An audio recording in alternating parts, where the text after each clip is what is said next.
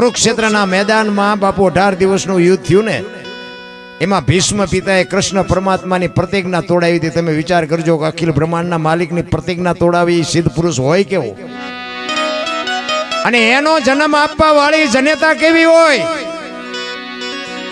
ભીષ્મએ કીધું ને ઈ કે કાલ પાંડવોને રહેવા ન દઉં, નપાંડવી પૃથ્વી કરી નાખવું. અને બાપુ કૃષ્ણ પરમાત્માના રૂવાડા ઉભા થઈ ગયા.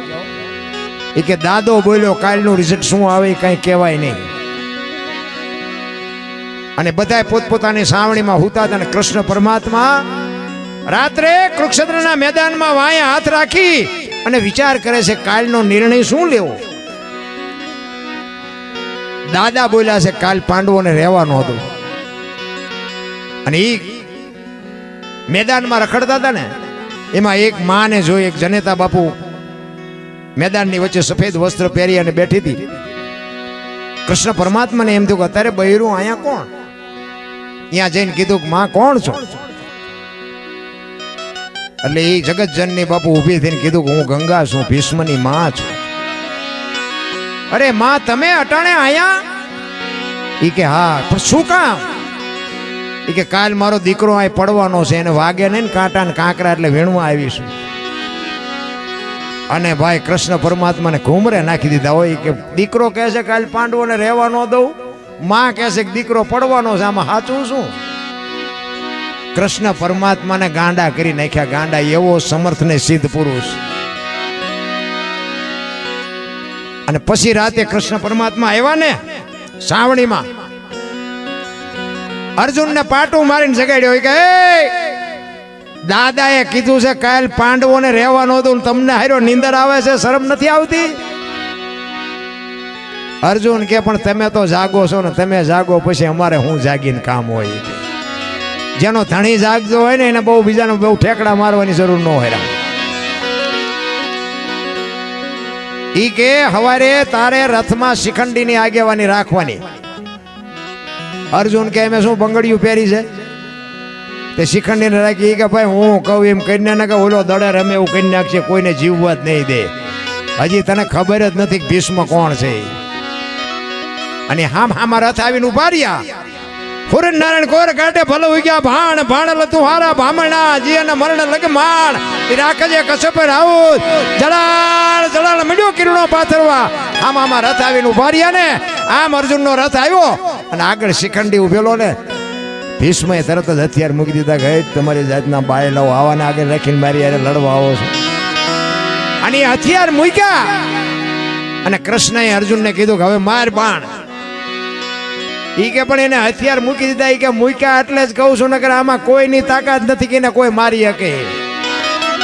ઈ કે માર. પછી અર્જુન અહીંયા બાપુ ધ્રુજવા માંડ્યો કે કાકા ને બાપા ને આમાં કોને મારવા. ઈ કે ગાંડા આ હિસાબ અત્યારે નથી કરવાનો. હથિયાર ઉપાડીને ભાઈ અર્જુન એકનો બે નો થયો. ને બાપુ કૃષ્ણ પરમાત્માને એમ થયું કે હવે હું હથિયાર ઉપાડું મારી પ્રતિજ્ઞાનું શું, ન ઉપાડું મારા પક્ષનું શું. અને ભીષ્મ દાદા બાપુ વિચાર કરતા હતા. વરસાદ જેટલા બાણ વરતા હતા એના ધનુષમાંથી. ઈ રિયા વિચાર કરે કે તમે બે જણા ઘડીક વાત કરો ને તો હમણાં દાયકણ બધું દડે રમે એવું કરી નાખું. અને સુદર્શન આમ કરીને આમ ચક્ર બાપુ અખિલ બ્રહ્માંડના માલિકે ચડાવ્યું ને, તરત જ ભીષ્મએ હથિયાર મૂકી દીધા.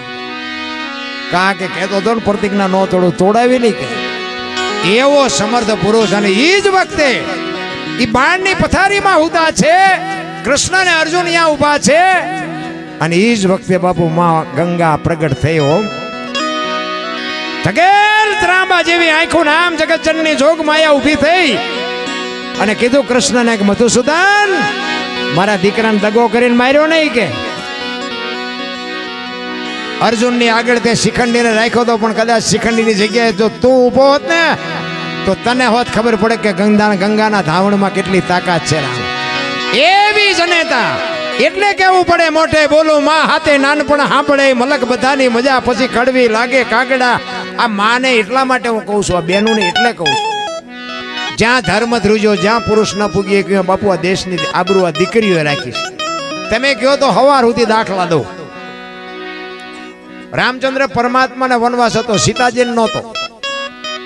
એ આજની દીકરીઓએ કેળો પાડવા માટે બાપુ માં ભગવતી ગયા હતા હરે કે સુખમાં ને દુઃખમાં પતિને સાથ આપવો પડે, આજની દીકરીઓ માટે ગયા હતા. દીકરી તો દીકરી છે એટલા માટે કહું, સગાડસાને અહીંયા દીકરાને કપાયો ને પછી કે હવે મારે ખાવો નથી, તેથી સગાડસા ભાંગીને ભૂકો થઈ ગયા, તેથી ચંગાવતી આગળ થઈ કે હવે સાધુને હું સંભાળી લઈશ, તમે ચિંતા ન કરશો. જ્યાં જ્યાં બાપુ પુરુષ થાકી ગયો બધે બાપુ દીકરીઓએ આબરૂ રાખી છે એવા ઇતિહાસ બોલે છે. હરિશ્ચંદ્ર રાજા અયોધ્યાનો મહારાજા, વિચાર કરજો, એક સદગુરુ મહારાજનું દેણું ભરવા માટે બજારમાં બાપુ બૈરાની હરાજી કરવી પડે, એટલે કેવડી વાત કહેવાય. હે, અયોધ્યાની મહારાણીને લઈ અને નીકળે, મારે બૈરું વેચવું છે, બૈરું વેચવું છે. બૈરું તો વેચવું પણ હારો ગરાગ નો જડ્યો. મારા રામ, તમને મને શું દુઃખ પીડ્યા છે. આપણે તો માર્યા વગીરના રોઈ છે. માગણ આવે તો ડેલીઓ આડી કરે, આગળ જાઓ, આગળ આગળ આગળ ઠેઠ સુધી તારા જેવા છે, જ્યાં જાય બટકો રોટલો દે ને ભલામણા. પણ આ નથી, ખબર જ નથી. ઈશ્વરે તમને મને બાપુ કંઈક આપ્યું છે, એમાંથી કંઈક કોકને આપજો, નકર હાથો હાથ દવાખાને દેવા જવું પડશે. ત્યાં તો એ ત્રાજવું લઈને જ બેઠો છે. તમને એવું હોય કે આપણે બારણું બંધ રાખશું તો ઉઘાડીને આપણા હાથે જ દેવા જવું જોઈએ. હા, આપણા ઘરમાં ફર્યો એ આપણું બધું આપણું નથી, એમાં અમુક ભાગ કાઢવા પડે. અને જ્યાં કાઢે છે ને બાપુ, અહીંયા આઠાને ટીકડી નથી લેવી પડતી. અખતરો કરવો હોય કરી જોજો. હા, તમારે હાટું છે તો દવાખાને ડોક્ટર એમ કે પેલા લાખ રૂપિયા મૂકો, તમે અહીંયા ફટ લઈને મૂકે. માગણને દહકું દેવું નથી, બોલો. એ તમારે એમના હાટું છે તો અહીંયા શું કામ મૂક્યા? આ જ બીમારી છે રામ. તમને મને બાપુ જીવન મળ્યું છે, મને તો એમ થાય આપણા ગરડા થીગડા ઉપર થીગડા દઈ દઈને મરી ગયા. એ સારો રોટલો ન મળ્યો, સારું કપડું ન મળ્યું, સારું જોડું ન મળ્યું, સારું વાહન ન મળ્યું, તોય પણ બાપુ માણસની જે માનવતા હતી, માણસનો જે પ્રેમ હતો, અને માણસ ભૂખ્યાનું મોઢું નહોતા જોતા, હતું કે નહોતું તોય. અને એ અત્યારે ઉગ્યું, એમને કોકની આંતળી ઠારી ને એ અત્યારે ઉગ્યું. તા અત્યારે બુથીના ગાળિયા થયા નકરા. એમે આમ કરી નાખશું, એમે આમ કરી નાખશું. જેટલા છે માલપા આંટો મારી આવો ને પૂછી આવો ખબર પડે શું કરે છે માલપાઈ. અરે કાંઈ કોઈથી થાય એવું નથી. મારો નાથ સમય કરાવે, સમય બડા બલવાન નહીં, પુરુષ બળવાન. કાબે અર્જુનને લૂંટ્યો હોય, ધનુષને હોય બાણ, માણાથી કાંઈ ન થાય રામ. એટલે અર્બુજીએ ચોથા રાશે રડી અને પછી કીધું કે મારા બાપ, હવે તો અમારી દશા બોલી ગઈ કે મને આ ખબર જ ન રહી કે તું મને મળવા માટે આવ્યો. આપણા ગયઢા કહેતા ને ભાઈ, લક્ષ્મી આ સાંડલો કરવા આવે ને તારે મોઢું ધોવા ન જવાય. જેવું કપાળ હોય એવું સાંડલો કરાવી લેવાય. પણ માણા ચિત્તર પાડવા માંથી જ ઊંચા નથી આવતા. અમુક અમુક ના લગ્ન પતી જાય ત્યાં સુધી નકરા ચિત્તર જ પાડતા. પણ હવે તો પતી ગયા છે, હવે શું છે? ઘડીએ ઘડીએ તમે જુઓ તો ન હોય એવા કલર કર્યા જ જતા હોય, કર્યા જ જતા હોય. અને આપણી સંસ્કૃતિ બાપુ ખતમ કરી નાખી. તમે જો લગ્ન હોય ને તો એ કે કાળા બૂટ ન લેવાય, કાળું પેન્ટ ન લેવાય, કાળું પટ્ટો ન બંધાય, કાળા ઘોડા ઉપર વરઘોડો ન ચડાવાય, અને માથામાં કોક કોક ધોરા વાર થયા હોય ને તો મજા કાળા પીસડા મરાવે. બોલો, તો આ કાળું કેમ હાલે?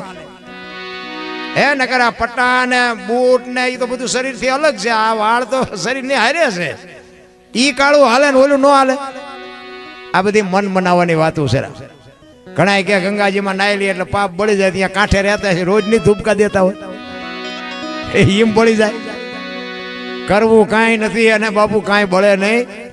જે તમારું કર્યું હોય તમારા ખાતામાં આવે ને મેં કર્યું હોય મારા ખાતામાં આવે, બાકી કાંઈ છે નહીં રામ. કર્મની ગતિ છે ને બાપુ, કોઈને ખબર નથી શું બનવાનું છે. આપણે અત્યારે આટલા વાગ્યા, કાલે આટલા વાગ્યા, આપણે ચા આવીશું પરફેક્ટ કહીએ કે પાછા ભવની ખોડે ઓલા ભવનો ઓલા ભવનું હશે ને આ ભવનું, એટલે આ કાલની ખબર નથી ને ભવની શું ખોડીને બેઠા છો તમે. જાવ આટલા બધા બેઠા છો, તમે જવાના ગમે અહીંયા હોય, પણ આવ્યા ક્યાંથી કોકને ખબર હોય તો કહો.